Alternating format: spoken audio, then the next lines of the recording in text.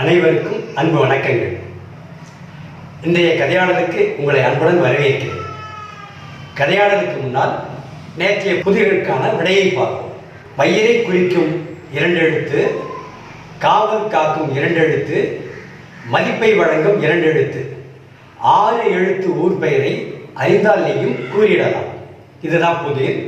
ஒரு அருமையான ஊர் பெயர் திருநெல்வேலி. நெல் என்பது நமக்கான பயிர், அதற்கு மதிப்பு வேணும் திரு, உழவுக்கு காவல் வேணும், காவல் தரக்கூடிய வேலி, திருநெல்வேலி அந்த புதிருக்கான விடை. அடுத்து இன்றைய புதிர், அது ஒரு ஊர் பெயர் தான். பேசிட உதவும் ஓர் எழுத்து, அரசன ஆளும் ஓர் எழுத்து, இனத்தை குறிக்கும் ஒரு சொல்லும், வழிபட உதவும் ஒரு சொல்லும், இவற்றை கொண்ட ஊர் பெயரை கண்டுபிடித்து சொல்லிடுங்கள். இதுதான் இன்றைய புதிர். கண்டுபிடிங்க. இன்றைக்கு கதைக்கு போகும். இன்றைய கதை புதிய நடைவண்டி. பேருந்து திருச்சியை நோக்கி போய்கிட்டே இருக்கு. பூங்கொழிங்கிற நானும் எங்கள் அம்மாவும் குட்டி பையன் கபிலனோட போயிட்டுருக்குறோம். நான் இப்போ தான் 6வது முடிச்சுட்டு விடுமுறை நேரம் ஊருக்கு போயிட்டுருக்குறோம். அப்படி ஊருக்கு போகும்போது சமயபுரத்துக்கிட்ட பேருந்து வந்துருச்சு. சமயபுரத்துக்கிட்ட வந்த உடனே நாங்கள் சமயபுரத்து நிறுத்தத்தில் இறங்கிட்டோம். அங்கே இன்னொரு பேருந்து பிடிச்சி நாங்கள் போகிறோம். அது தடப்படான்னு அந்த பேருந்து போயிடுச்சு. போன பிறகு கொஞ்சம் தொலைவு கழிச்சு புள்ளம்பாடியெல்லாம் இறங்குங்க அப்படின்னாரு. உடனே நான் அப்படியே மாமா வீடு மண்டமா அப்படின்னு கேட்டுக்கிட்டே இறங்கினேன். ஆனால் இறங்கி அப்படி சுற்றி முற்றி பார்க்கும்போது இன்னொரு பாதையில் அங்கே மாமா நின்றுட்டு இருந்தாங்க. பக்கத்தில் கூண்டு மாட்டு வண்டியோட. ஐ மாமா வண்டி அப்படின்னு சொல்லிட்டு நான் கத்தினேன். அம்மாவை சிரிச்சிட்டாங்க. மாமா எங்ககிட்ட வந்து பையெல்லாம் வாங்கிக்கிட்டாங்க. அந்த வண்டியில் ஏறிட்டோம். ஏறின உடனே வண்டி சல்னு ஓடுனுச்சு. மாமா என்னை தூக்கி முன்னாடி உட்கார வச்சுட்டு நீ வண்டி ஓட்டுனாரு. நானும் கைத்தை பிடிச்சிக்கிட்டேன். கொஞ்ச நேரம் சல்னு போணுச்சு. போகிற வழி ரொம்ப அருமையாக இருந்துச்சு. அந்த பக்கம் செடிங்களா நிறைய வெவ்வேறு வகையான செடிங்களாக இருந்தது. ஒரு மாட்டு வண்டி தடம் தான். மாடு போகிற வழி 2 பக்கமும் அந்த பாதையில் போய்கிட்டே இருக்கிறோம். போய் கொஞ்சம் தொலைவு போன பிறகு சின்ன ஊர். அந்த ஊர்லேருந்து அந்த கிளைப்பாதையில் பிரிஞ்சு போகுது. பிரிஞ்சு எங்கள் மாமா வீட்டை நோக்கி போகுது.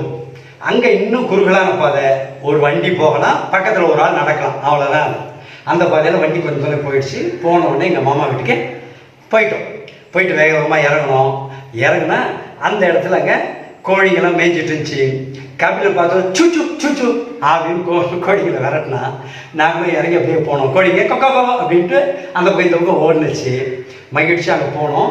அம்மாச்சி எல்லாத்தையும் கூப்பிட்டாங்க. அத்தை எல்லாத்தையும் வர வச்சாங்க. நாங்கள் வீட்டுக்குள்ளே போனோம். அப்போது தாத்தா வந்துட்டாங்க. தாத்தா வந்துட்டு எப்படி இருந்தீங்க எல்லாம் எப்படி அப்படின்ட்டு மகிழ்ச்சியாக தாத்தா பேசிகிட்டே இருந்தாங்க. பேசிட்டு போனாங்க. நாங்கள்லாம் வந்து அப்படியே கொஞ்சம் நேரம் அங்கே விளையாடிட்டு இருந்தோம். நாங்கள் சாயந்தரம் போனோம். கொஞ்ச நேரத்துலேயே கடன்னு இருண்டுச்சு வீடு. அந்த ஊரே அப்படி இருண்டு போயிடுச்சு. பட்டணத்தெல்லாம் எப்படி இருக்கும் அப்படின்னா ரொம்ப நேரம் வெளிச்சமாக தெரிகிற மாதிரி இருக்கும். இரவு நேரத்தில் கூட நிறைய விளக்குகள் எரியும். எல்லாம் வெளிச்சமாக இருக்கும். அங்கே ஊரில் மாமா வீட்டில் கொஞ்ச நேரத்தில் ஊரே இருண்டு போச்சு. அங்கே எங்கள் மாமா வீட்டுக்கிட்ட விளக்கு, அங்கே தெருவிளக்கு அங்கே ஒன்று இங்கே ஒன்று அப்படின்னு தான் இருக்குது. இருட்டாக இருக்குது. எங்கள் வீட்டில் இருட்டு இல்லாமல் வெளிச்சமாக இருக்கும். வெளிச்சமாக இருந்தால் கூட இந்த சாயந்தரம் ஆயிடுச்சுன்னா அம்மா உள்ளே கூப்பிட்றாங்க. வெளியே நிற்காத உள்ளவா அப்படின்னு கூப்பிட்ருவாங்க. இல்லை கொஞ்ச நேரம் விளையாடலாம்னா கூட அங்கே நோயின்னு கொசுங்க வந்துடும். அதனால் வேறு வழி இல்லை, வீட்டுக்கு போயிடுவோம். இங்கே மாமா வீட்டோட திண்ணையில் தான் உட்காந்துருக்குறோம். இருட்டிடுச்சு. சின்ன விளக்கு தான், ஒரு சின்ன குண்டு விளக்கு தான் அங்கே எரிஞ்சிட்டு இருக்குது. எல்லாம் அந்த விளக்கில் தான் உட்காந்து எல்லாம் பேசிகிட்டு இருக்கிறோம். கொசுவே இல்லை. நல்லா சிலுன்னு காற்று அடிச்சுட்டு இருந்தது. பேசிகிட்டு இருக்கும்போது அம்மா தான் அம்மாயிக்கிட்ட கேட்டாங்க, அம்மா அந்த நடவண்டி எங்கே இருக்கு அப்படின்னு கேட்டாங்க. அப்போ கேட்கும்போது தாத்தா அங்கே வந்தாங்க. தாத்தா வந்துக்கிட்டு யாரு குட்டி கபிலனுக்கா அப்படின்னு கேட்டுக்கிட்டே வந்தாங்க. அம்மாச்சி சொன்னாங்க, அது உங்கள் அக்கா போன முறை எடுத்துகிட்டு போனாலே அக்கா வீட்டில் இருக்குது அப்படின்ட்டு அம்மாயி சொன்னாங்க. உடனே தாத்தா சொன்னாங்க, சரி புதுசாக ஒன்று ஏற்பாடு பண்ணிடுவோம் அப்படின்னு தாத்தா சொன்னாங்க. இதெல்லாம் நான் கேட்டுக்கிட்டே இருக்கும்போது கொஞ்ச நேரத்தில் அப்படியே தூங்கிட்டேன். நல்லா தூங்கிட்டோம். காலையில் எழுந்த உடனே நான் மாமாவை தேடி ஓடினேன். மாமா பின்னாடி புழக்கடையில் இருக்காங்க அப்படின்னு சொன்னாங்க. மாமா வாங்க தேடிட்டு போனேன். அங்கே மாமா மாட்டுக்கு தண்ணி வச்சுட்டு இருந்தாங்க. அங்கே தண்ணி கலந்து வச்சு மாட்டுக்கு கொடுத்துட்டு இருந்தாங்க. நான் ஓடி போனேன். ஓடி போய் மாமா கிட்ட, மாமா கபிலனுக்கு நடவண்டி வாங்குறதுக்கு நானும் வரேன் அப்படின்னு சொன்னேன். மாமா சிரிச்சுக்கிட்டு, நடவண்டி வாங்குறதுக்கா அப்படின்னாங்க. சொல்லிட்டு இருக்கும்போது அந்த மாடுகளை பார்த்தேன். மாடுகளுக்கு தண்ணி வைக்கிறதுக்காக ஒவ்வொரு மாடை கூப்பிட்டு போனாங்க. அப்போ பார்த்து மாமாவை பார்த்து கேட்டேன், மாமா அது கழுத்துக்கு மேலே பெருசாக கட்டிமா இருக்குது, எல்லா மாட்டுக்கும் இருக்குது அப்படின்னு கேட்டேன். மாமா சிரிச்சுக்கிட்டே கேட்டாங்க, இது கட்டி இல்லை அப்படின்னாங்க. அப்போ மறுபடியும் வியப்ப மாமாவை பார்த்தேன். மாமா தான் கேட்டாங்க, ஒட்டகத்தை பார்த்துருக்கிறியா அப்படின்னாங்க. பார்த்துருக்கனே, அங்கே உயிரியல் பூங்காவுக்கு போனப்போ பார்த்துருக்குறோம், அது மேலே இதே போல் பெருசாக இருக்கும், திமிழ்னு சொல்லுவாங்க அப்படின்னு சொன்னேன். சொன்னோடனே மாமா கேட்டாங்க, அதே போல தான் மாட்டுக்கு இருக்கிறது, இது மாட்டுக்கு இதே போல் திமிழ் இருக்கும் அப்படின்னு சொன்னாங்க. நான் அங்கே நகரத்தில் சென்னையில் இது போலலாம் பார்த்தது இல்லையே மாமா அப்படின்னு கேட்டேன். இல்லை, நாட்டு கால மாட்டுங்களுக்கு நல்ல பெரிய திமிழ் இருக்கும் அப்படின்னு சொன்னாங்க. ஓஹோ, இதுதான் நம்ம மாடா அப்படின்னு மாமாட்ட கேட்டுட்டு இருக்கும்போதே மாமா எல்லாம் தண்ணியெல்லாம் காட்டி முடிச்சுட்டு வந்துருந்தாங்க. மாடுங்க செல்லுன்னு அப்படியே அசைஞ்சிக்கிட்டு தலையாட்டிக்கிட்டு அங்கே தேவனெல்லாம் மேய்ஞ்சிக்கிட்டே இருந்துச்சு. எல்லாம் பிடிச்சி கட்டிகிட்டு இருந்தாங்க. மாமா புறப்பட்டு இருந்தாங்க. அந்த நேரத்தில் உள்ள அங்கே கபிலனை பார்த்துட்டு இங்கே மாமா இங்கே கட்டியிருக்கும்போது உள்ளே போயிட்டு வந்துடுவோம் அப்படின்ட்டு உள்ளே போனேன். உள்ளே போனோடனே அம்மாச்சி வந்து நீங்கள் சாப்பிடுங்க அப்படின்னு சொல்லிட்டு பணியாரம் சுட்டு கொடுத்தாங்க கபிலனுக்கு. அம்மா கொஞ்சம் ஊட்டினாங்க. நான் அம்மா எல்லாம் உட்காந்து பணியாரங்கள் சாப்பிட்டுட்டு இருந்தோம்.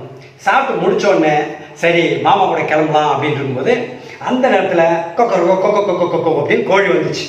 உடனே அம்மாச்சி என்ன பண்ணாங்க, அதை பிடிச்சி மூளையில் ஒரு கூடையில் கொண்டு போய் கவுத்த போனாங்க. ஏன் அப்படின்னு பார்த்தோன்னே அம்மாச்சி சொன்னாங்க, அது முட்டையிட போகுது அப்படின்னாங்க. சரி சரி, அது எப்படி முட்டையிடு நான் பார்க்க போகிறேன் அப்படின்ட்டு கிட்ட போயிட்டு இருக்கும்போது மாமா கூப்பிட்டாங்க, பூம்பொழில் வரியா அப்படின்னாங்க. நான் சரின்ட்டு சரி மாமா கூட போவோன்ட்டு ஓடிட்டேன். ஏன்னா இப்போ மாமா கூட போனால் தான் கபிலனுக்கு நடவண்டி வாங்கும்போது நம்ம பார்க்க முடியும் அப்படின்ட்டு. மாமா போனாங்க. வெளியே தாத்தா காத்துட்டு இருந்தாங்க. தாத்தாவும் மாமாவும் போனாங்க. நான் என்ன கையில் பிடிச்சிட்டு மாமா கூப்பிட்டே போனாங்க. ரெண்டு பேரும் வெவ்வேறு செய்திகளை பேசிட்டு போனாங்க. நான் பக்கத்தில் அப்படியே பார்த்துக்கிட்டே வந்தோம். நாங்கள் வந்த வண்டி பாதைக்கு அதனுடைய எதிர்பாதையில் தான் நாங்கள் போயிட்டு இருந்தோம். ரெண்டு பேரும் பேசிகிட்டே இருந்தாங்க. மாமாவுக்கும் நிறைய தெரியும். மாமாவை பற்றி அம்மா நிறைய கதையாக சொல்லியிருக்காங்க. மாமா நிறைய படிச்சிருக்கிறாங்க. அவங்களும் சென்னையில் தான் வேலை செஞ்சாங்களாம். அப்போ ஒரு நேரம் அங்கே வேற ஏதோ உணவகத்தில் சாப்பிட்றது ஒத்துக்காமல் வயிற்று வலி வந்து ஊருக்கு வந்து ஊரில் அம்மாயி தான் அவங்க கை மருந்து செஞ்சு கொடுத்து மாமாவுக்கு வயிற்று வலி இல்லாமல் சரி பண்ணாங்களாம். அதுக்கு பின்னாடி மாமா நகரத்துக்கு வரவே கிடையாது. தாத்தா கூடயே நான் இருந்துடுறேன் அப்படின்னு சொல்லிட்டு தாத்தாவோட இருந்து உழவெல்லாம் கவனிச்சுக்கிட்டு கற்றுக்கிட்டு இங்கே எல்லாத்தையும் தெரிஞ்சு வச்சுக்கிட்டு செய்கிறாங்க. அப்போ போயிட்டே இருந்தோம். போயிட்டு இருக்கும்போது நான் ரெண்டு பக்கம் பார்த்துக்கிட்டே போனேன். ரெண்டு பக்கமும் வேலி. அந்த பாதைக்கு இந்த பக்கம் வேலி, இந்த பக்கம் வேலி, அப்படியே போயிட்டே இருக்கிறோம். கொஞ்சம் தொலைவு தாண்டின உடனே ஒரு மரத்துக்கிட்ட நின்னாங்க. மரத்துக்கு நிற்கிறாங்க, நானும் நிற்கிறோம். நின்று பார்த்தா ஒரு பெரிய மரம், ஒரு தாத்தா கூட பெருசாக ஒரு உயரமான மரம். அந்த மரம், அந்த மரத்தை இந்த மரம் சரியாக இருக்கும் அப்படின்னு தாத்தா சொன்னாங்க. உடனே மாமா அவங்க இடுப்பில் பின்னாடி இருந்து ஒரு கத்தி எடுத்து அந்த மரத்தை வெட்ட போனாங்க. மரத்தை வெட்டுறாங்களே அப்படின்னு நான் பார்த்தேன். சொன்னாங்க, இது மாதிரி நிறைய மரம் நம்ம வளர விட்டுருக்குறோம், இது வெட்டினாலும் இந்த மரம் வரும் அப்படின்னு தாத்தா சொன்னாங்க. கீழே இருந்து ஒரு குறிப்பிட்ட உயரம் விட்டுட்டு ஒரு பெரிய கிளை, நேர் கிளையாக பார்த்து மாமா அந்த கிளையை வெட்டினாங்க. நல்ல நீளமான கிளை, அதை வெட்டினாங்க. வெட்டி உடனே வெட்டி முடித்த பிறகு அதை இழுத்துட்டு வந்தாங்க. இழுத்துட்டு ஒரு சரன்னு அது அப்படியே சாலையில் இழுத்துக்கிட்டே வந்துச்சு. அந்த வேலி ஓரத்திலிருந்து அங்கேருந்து இங்கேருந்து அப்படியே ஒன்று ஒன்று அப்படி பறவை இருந்து ஒன்று ரெண்டு பறவைங்க சின்னதாக போணுச்சு. அங்கேருந்து ஓணம் போணுச்சு. இப்படியெல்லாம் போணுச்சுன்னா அதுலேயே பார்த்துக்கிட்டே போனோம். அங்கே கொஞ்சம் தொலைவு போன உடனே இங்கே களத்து மேடு இருந்துச்சு. அந்த களத்து மேட்டுக்கு போய் அதெல்லாம் ஒன்று ஒன்றா சீவிட்டு நீளமான 2-3 கட்டைங்களை அதுலேருந்து எடுத்தாங்க. நீளமான ஒரு கட்டை, அதுவும் தாத்தா விட நல்ல உயரமான கட்டை. இன்னும் ஒரு 2-3 கட்டை பாதி உயரத்தில் எடுத்து வச்சாங்க. அதுலேருந்து சின்ன சின்ன கிளையிலேருந்துலாம் வெட்டி எடுத்துக்கிட்டாங்க.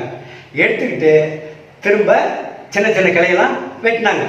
மாமா இப்படி வெட்டும் பொழுது தாத்தா பக்கத்தில் இருந்த ஒரு தென்னை மரத்துலேயே ஒரு 4-5 இளநீரை பறித்து போட்டாங்க. போட்டு கீழே இது பண்ணி அதை சீவி கொடுத்தாங்க. எனக்கு ஒன்று கொடுத்தாங்க, மாமாவுக்கு கொடுத்தாங்க. ஆளுக்கு ஒன்று நல்லா குடித்தோம். குடிச்சிட்டு மீதி இருக்கிறத அந்த ஓரமாக வச்சுட்டு நாங்கள் அப்படியே கிளம்பணும். கிளம்பி மறுபடியும் வந்த வழியே வந்தோம். சரி வீட்டுக்கு தான் போகிறாங்க அப்படின்னு பார்த்தா வீடு தாண்டி மறுபடியும் போனாங்க. அதான் கேட்டேன், மாமா எங்கே அப்படின்னு. ஊருக்குள்ளே கடைக்கு போகிறோம் அப்படின்னாங்க. சரி கடைக்கா அப்படின்னு போனோம். சரி ஊரில் ஏதாவது கடைக்கு இருக்குன்னு பார்த்தோம்னா எல்லாம் ஒரு சின்ன சின்ன வீட்டுக்கு முன்னாடி ஒரு கொட்டகை போட்டு கடைகளாக இருக்குது. அப்படியே பார்த்துக்கிட்டே வந்தேன். நமக்கு தெரிஞ்ச மாதிரி பொருளே கடைகள்கிட்ட காணும். அப்படியே பார்த்துட்டே வந்தோம். வந்துட்டு ஒரு தச்சர்கிட்ட கூட்டு போனாங்க. ஒரு தச்சர் இருந்தார். தச்சருடைய பட்டறைக்கு கூட்டு போனாங்க. அங்கே இதெல்லாம் எடுத்துகிட்டு போனாங்க. எடுத்துகிட்டு போனப்போ தான் நான் பார்த்தேன். என்ன அப்படின்னு பார்த்துட்டு இருக்கும்போது தாத்தா போய் அவங்ககிட்ட இதை பேசிகிட்டு இருந்தாங்க. அப்போ வந்து மாமா கிட்ட கேட்டேன், மாமா இது என்ன பண்ணுறாங்க அப்படின்னு கேட்டேன். இதுதான் தச்சு பட்டறை, இங்கே வந்து மரத்தில் எல்லாம் செய்யறதெல்லாம் செய்வாங்க அப்படின்னு மாமா விளக்கம் சொல்லிட்டு இருந்தாங்க. பெருசாக ஒரு கட்டை இருக்குது, அதெல்லாம் என்னத்துக்கு என்ன செய்ய போகிறாங்க அப்படின்னு கேட்ட உடனே மாமா சொன்னாங்க, நம்ம நீ மாடு பார்த்தியில்ல, அந்த மாட்டுக்கான நுகத்தடி செய்ய போகிறாங்க அப்படின்னாங்க. நுகம்னா என்ன அப்படின்னு கேட்டேன். நம்ம களத்துமேட்டில் பார்த்துருப்போம், இல்லை கிணறு இருக்குது, கிணத்துல தண்ணி இறைக்கிறான்ல, கபிலையில் தண்ணி இறைக்கும் போது மாடு தண்ணியை இழுக்கும்ல, அப்படி இழுக்கும்போது கழுத்தில் புண்ணு வந்துடும். அப்படி புண்ணு வராமல் இருக்கிறதுக்கு இந்த மரத்தில் தான் அது செய்வாங்க. நுகத்தடின்னு பேர். அதில் செஞ்சால் கழுத்தில் மாட்டுக்கு புண்ணு வராது. இது கழுத்தில் பட்டுச்சுன்னா அந்த புண்ணு வராமல் அந்த இடம் ஆறி கூட போயிடும் அப்படின்னு மாமா. ஓஹோ அப்படிலாம் இதில் இருக்குதா, இப்போ மாட்டுக்கு கூட துன்பம் வராமல் மாடை பயன்படுத்துவீங்களா அப்படின்னு நான் கேட்டுட்டு இருக்கும்போதே தாத்தாவும் அவங்கள்ட்ட பேசிட்டு முடிச்சுட்டு வந்துட்டாங்க. இங்கே கிளம்பி வந்துக்கிட்டே இருந்தோம். திரும்ப நாங்கள் வரும்பொழுது அதே வண்டி பாதையில் வரோம். வரும்பொழுது அதே ரெண்டு பக்கமும் வேலிகள் வயல்ங்க எல்லாமே இருக்குது. அதை பார்த்து மாமாட்ட கேட்டேன், மாமா இப்படியே வேலியெல்லாம் போட்டு வச்சிருக்கிறாங்க, அங்கெல்லாம் எல்லாமே சவுறு கட்டி வச்சிருப்பாங்க, சில இடங்களில் பெருசாக தகரம் அதெல்லாம் பெரிய கம்பியில் போட்டு வச்சிருப்பாங்க, இதெல்லாம் ஏன் போட்டுருக்கிறீங்க அப்படின்னு மாமாட்ட கேட்டேன். இதுதான் உயிர் வேலிப்பா அப்படின்னாரு. ஓ உயிர் வேலின்னா அங்கே ஓனாலாம் போகுது அதனாலயா அப்படின்னு சொன்னேன். அதனாலேயும் தான் இதில் இருக்கக்கூடிய மரம் ஒன்று ஒன்றும் உயிருள்ள மரம். அது ஒன்று, இதில் நிறைய நீ சொன்ன மாதிரி நிறைய உயிரினங்கள் இருக்கு, அதனாலையும் சொல்லிக்கலாம் அப்படின்னு நம்ம சொன்னாங்க. அது சரி, ரெண்டு பக்கமும் இருக்குது, இரவு நேரத்தில் வந்தால் இருட்டா தெரியாது அப்படின்னு கேட்டேன். உடனே மாமா சொன்னாங்க, ரெண்டு பக்கமும் வேலி இருக்கு, இந்த வேலி இவங்களுக்கு, இந்த வேலி அவங்களுக்கு, ஒவ்வொருத்தரும் அவங்க வயலுக்கு வேலி போடணுமா இல்லையா அப்படின்னு கேட்டாங்க.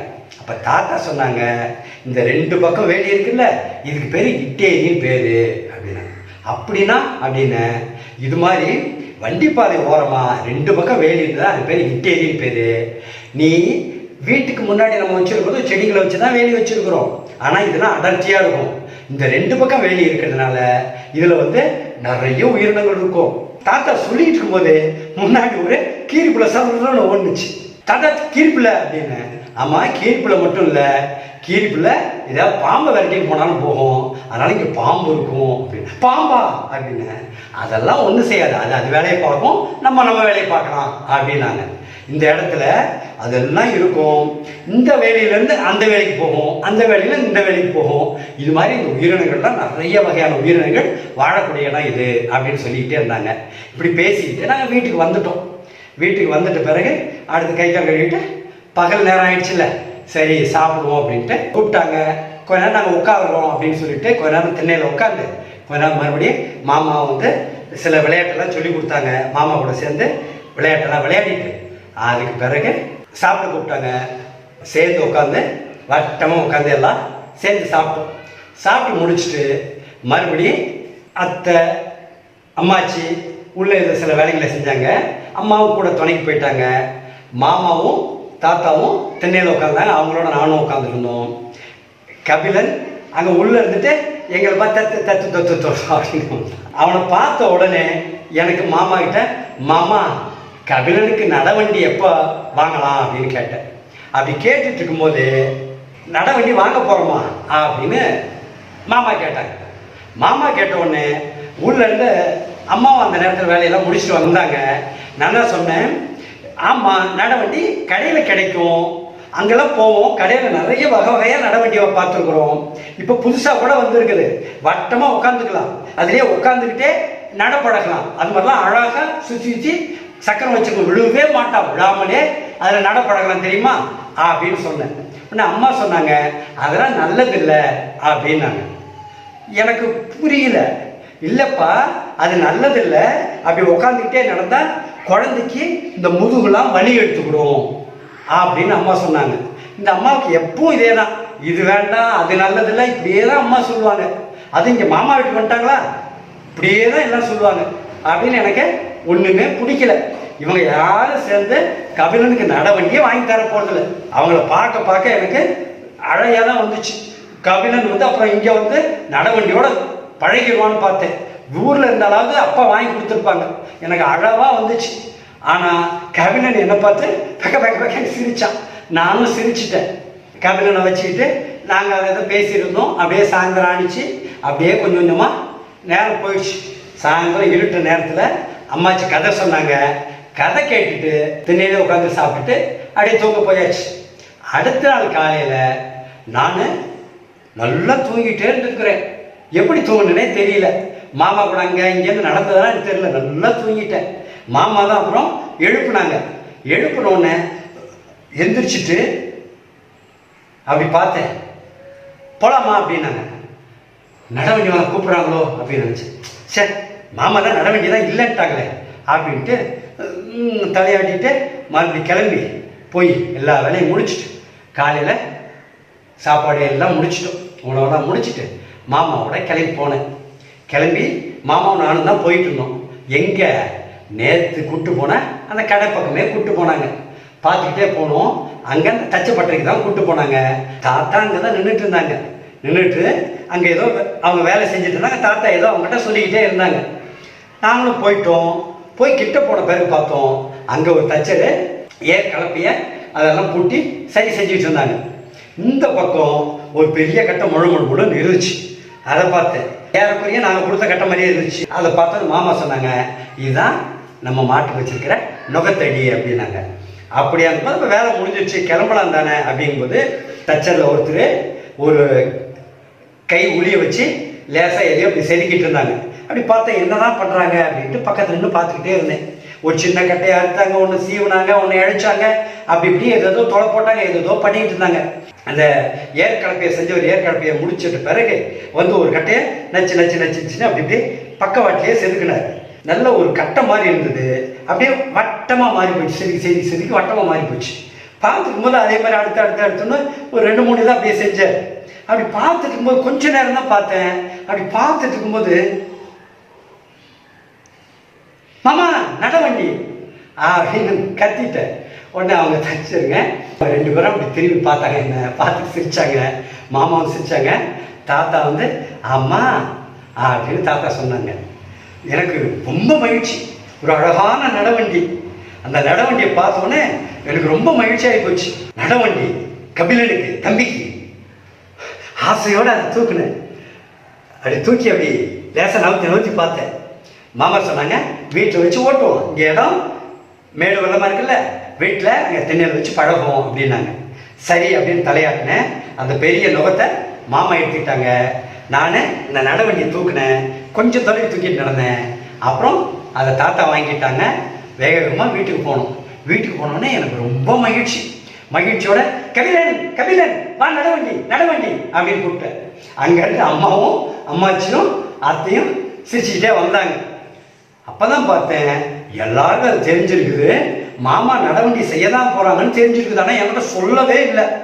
நான் கபிலன்ட்டு அதை கொடுத்து கபிலன் அதை பிடிச்சிட்டு அதை நிற்க முடியல. அப்புறம் நான் லேசாக தூக்கி விட்ட பிறகு அப்படி பிடிச்சிட்டு அவனுக்கு இன்னும் நடக்க முடியல. நான் அதை பிடிச்சிக்கிட்டு அவனுக்கு கொஞ்சம் உதவி பண்ணவன அவன் புத் அப்படின்னு தடுமாறினான். அப்புறம் அப்படி கொஞ்சம் கொஞ்சமாக பிடிச்சிட்டு மெதுவாக அப்படி நடந்தான். நான் அவனை பார்த்துட்டு கபிலன் வா பிடிச்சிக்கோ அப்படின்னு சொல்லிட்டு நானும் பிடிச்சிக்கிட்டு கூட சேர்ந்து அப்படியே நடக்க கபிலன் அப்படி நடந்தான். பாரு உனக்காக மாமா ஒரு அழகான நடவண்டி செஞ்சுருக்காங்க. அதுலேயும் எதில் நுணாமத்தில் செஞ்சுருக்கிறாங்க. ஏன்னா உன் கைக்கு புண்ணும் வரக்கூடாதான், உனக்கு கெடுதி வரக்கூடாதான், முதுகு வலிக்கக்கூடாதான், பிடிச்சிட்டு நட அப்படின்னு சொல்லும்போது கபிலன் அப்படின்னு சிரிச்சுக்கிட்டு அதை வண்டியை பிடிச்சிட்டு அப்படின்னு நடந்தான். உடனே நான் பாட தொடங்கினேன். நடவண்டி நுணாமரத்து நடவண்டி குட்டி பையன் கபிலனுக்கு மாமா செஞ்ச நடவண்டி அப்படின்னு பாடினேன். அப்படி பாடின உடனே தாத்தாவும் கைவிட்டு சிரிச்சாங்க. சிரிச்ச உடனே இந்த தம்பி கபிலன் என்ன பண்ணான், அவனு சிரிச்சுட்டு அதை விட்டுட்டு குட்டுன்னு உழுவ போனான். ஓடி வந்து அம்மாயி பிடிச்சிக்கிட்டு உடனே மறுபடியும் நான் வண்டியை கிட்ட வச்சேன். கபிலன் அதை பிடிச்சிக்கிட்டு மறுபடியும் அப்படி எழுந்து பிடிச்சிக்கிட்டு அப்படி மெதுவாக நடக்க போனான். அவனை பார்த்துட்டு எல்லாத்தையும் பார்த்து கபிலன் கேன்னு சிரிச்சுக்கிட்டு மெதுவாக அப்படின்னு நடந்தான். உடனே கபிலனை பார்த்துக்கிட்டு நான் பாட தொடங்கினேன். தத்தக்கா புத்தக்கா நடவண்டி தம்பி நடக்கும் நடவண்டி நுணா மரத்து நடவண்டி தத்தக்கா புத்தக்கா நடவண்டி அப்படின்னு நான் பாடினேன்.